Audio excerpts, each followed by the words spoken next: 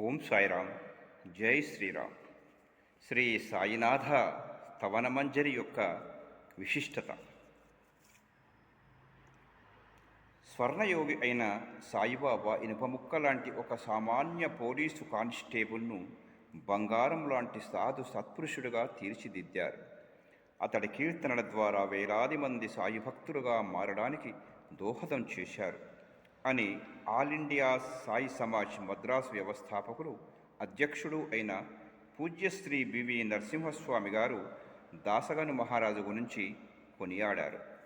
దివి 6/1/1868 అహ్మద్నగర్ జిల్లాలోని అకోల్నర్ గ్రామంలో బ్రాహ్మణ కుటుంబంలో జన్మించారు. శ్రీ సాయినాథ స్తవనమంజరి రచించిన దాసగను మహారాజు బాబాకి అంకిత భక్తుడు. 2 దశాబ్దాల పాటు బాబాతో ప్రత్యక్ష సంబంధం కలిగి దర్శన స్పర్శన సంభాషణల ద్వారా వారికి సన్నిహితుడై ఆయన యొక్క సంపూర్ణ అనుగ్రహానికి పొందిన భక్తుడు.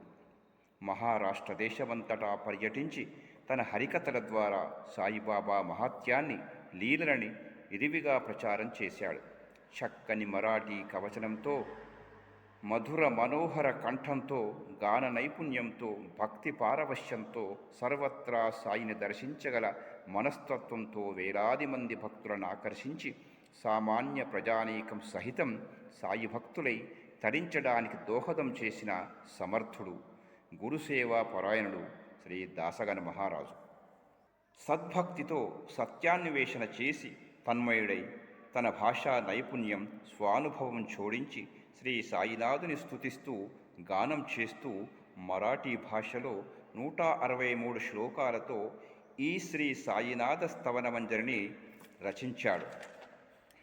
స్తవము అంటే స్తుతి, పొగడ్త. భగవంతుడు స్తోత్రప్రియుడు. భగవంతుడి గుణాలను వర్ణించడం అంత సులభం కాదు. ఈ సత్యాన్ని గుర్తించి నేను నిమిత్తమాత్రుడను, సాయి సద్గురుని ప్రేరణ వల్లనే, ఆయన కరుణతోనే నేను ఈ స్తవనమంజరిని రచించగలిగాను, లేనిచో పామరుడనైన నాచే ఈ స్తోత్ర రచన సంభవమా అని అంటూ వాపోయాడు శ్రీ దాసగను మహారాజు. సాయిపై అసంఖ్యాకమైన స్తోత్ర గ్రంథములు ఉన్నవి, కానీ ఈ స్తవనమంజరి వాటన్నిటిలో తలబానికం వంటిది. ఎందుకో తెలుసా? షిరిడీలో ద్వారకామాయిలో సాయి సమర్థుడు ప్రశాంతంగా ఆసీనుడై ఉన్నప్పుడు ఆయన సముఖంలోనే దీనిని గానం చేసి సాయికే అంకితమిచ్చాడు దాసగను. సాయీశుడు తన్మయత్వంతో, నిమీలిత నేత్రాలతో చిరునవ్వు చిందిస్తూ దీనిని సంపూర్ణంగా శ్రవణము చేసి చివరిలో ఆయన ఆమోదం తెలుపుతూ, దీనిని నిత్యపారాయణం చేసేవారు సర్వారిష్టాలు తొలగి సుఖశాంతులతో, భోగభాగ్యాలతో వర్ధిల్లెదరుగాక అని ఆశీర్వదించారట అని ఆ సమయంలో అక్కడే ఉన్న సాయి అంకిత భక్తుడు సగుణమేరు నాయక్ అన్నారు. అంటే మహామహిమాన్వితమైన ఈ స్తవనమంజరిని పఠనము చేసే వారిపై సాయి భగవాను కృప ప్రసరిస్తుంది. సాయినాథ భగవానుడు సత్వరమే వారి ఐహిక పారమార్థిక కోరికలన్నీ నెరవేర్చి అంత్యకాలంలోనే ఉత్తమగతులు ప్రసాదిస్తారు. దీని పారాయణం వలన మందబుద్ధుల బుద్ధి వికసిస్తుంది. అల్పాయుష్కులు శతాయుష్కులవుతారు. నిరుపేదలు కుబేరవతులవుతారు. నిరుపేదలు కుబేర సములవుతారు. సంతానం లేని వారికి సంతానం కలుగుతుంది. రోగులు సంపూర్ణ ఆరోగ్యవంతులవుతారు. వారి సకల చింతలు, భయాలు తొలగిపోయి కీర్తివంతులై గౌరవ సత్కారాలు పొందుతారు. చివరికి అవినాశ పరబ్రహ్మను తెలుసుకుంటారు అన్న ఈ స్తోత్ర ఫలశ్రుతిని సాయి ఆమోదించారు. అయితే తర్క వితర్కాలకు తావివ్వకండి. ఈ మహిమాన్విత స్తోత్ర పఠనం వలన ఉనగూడే సత్ఫలితాలపై పరిపూర్ణ విశ్వాసం కలిగి ఉండండి అన్న దాసగను వచనాలను మనం హృదయంలో నిలుపుకోవాలి. యద్భావం తద్భవతి. మన భావం ఎలాగో మన హృదయం యద్భావం తద్భవతి. మన భావం ఎలాగో ఫలితం అలాగే. ఇన్ని మాటలెందుకు? ఈ స్తవనమంజరి నిత్యపారాయణం వలన కుటుంబములో సుఖశాంతులు వెల్లువిరుస్తాయి. దీనిని షిరిడీలో వారం రోజుల పాటు రోజుకు 11 పర్యాయములు చేస్తే సాయి సందర్శన భాగ్యం కలుగుతుందని ప్రతీతి. ఈ శ్రీ సాయి స్తవనమంజరికి ఈ శ్రీ సాయినాథ స్తవన మంజరి నిత్య పారాయణమునకు ఎటువంటి కఠిన నియమములు నిబంధనలు లేవు.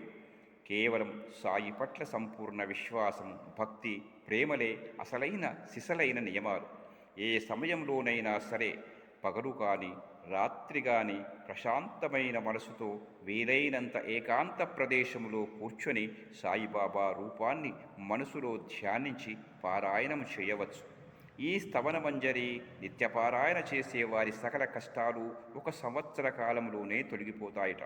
నిత్యపారాయణమునకు అవకాశము లేకపోతే ప్రతి గురువారం నాడు పఠించినప్పటికీ కోరికలు తీరి సత్ఫలితాలు కలుగుతాయట. అందుకు కూడా అవకాశం లేనివారు కనీసం ప్రతి ఏకాదశి నాడు శ్రీ సాయి పారాయణం చేసినప్పటికీ కోరికలు తీరి నిస్సందేహంగా అద్భుతమైన ఫలితాలను పొందగలరని వివరించారు అని ఫలశ్రుతిలో రచయిత వివరించాడు. అది వింటూ బాబా ఆమోదసూచకంగా తల ఊపారు. అంటే దీని పారాయణం సూక్ష్మములో మోక్షం కనుక నా సాయి బంధువులందరూ ఈ సాయినాథ స్తవన మంజరిని పఠించి సాయి అనుగ్రహాన్ని పొందుతారని మనస్ఫూర్తిగా నా బంధువులందరినీ ప్రార్థిస్తూ ఓం సాయిరామ్, జై శ్రీరామ్. మరిన్ని మంచి వీడియోలతో మీ శరత్ కుమారాచార్య.